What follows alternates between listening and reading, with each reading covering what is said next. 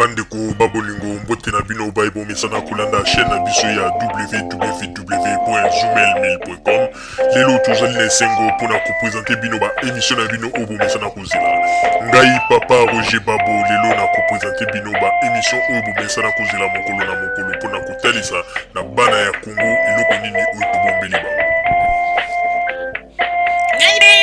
Rosalie Lokosu nazwi responsabilité monene na chaîne ya www.zumelmail.com mpona kotalisa na bapeple congolais vérité to bosolo oyo nini esengeli na biso bana ya mboka toyeba esika oyo bato bazali kokangela bato misu to bazali koyebisa bato bamakambo oyo ezali ndenge wana te ebongi malamu ete biso bato ya Zumelmail totombola mongongo mpe toloba tolakisa bango bosolo mpo ete mboka na biso ekende liboso mpo ete bapeple congolais bayeba eloko nini tokoki kosala mpo ete nyonso tu ezali kaka mpona lokumu ya mboka na biso mpo ete ezali esengo mingi mpona kotangusa bosolo na kati na biso ba diaspora congolaise oyo tozali libanda ya mboka.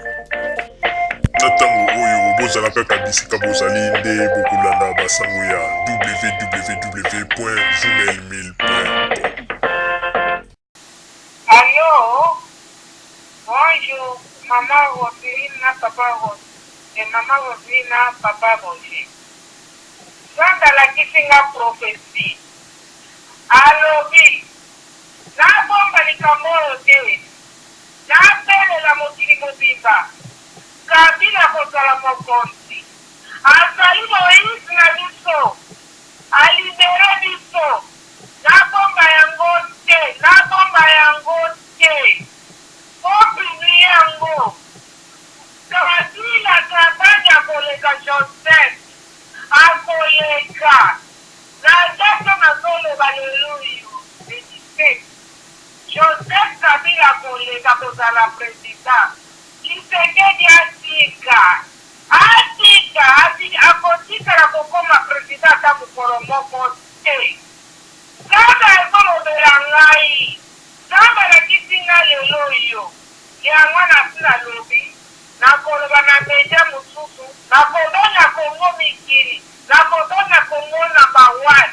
Nakobenga Kongo bibibi. Nzambe alakisi ngai. Naloba nabomba te. Zum Löschen dieser Nachricht drücken Sie die 2.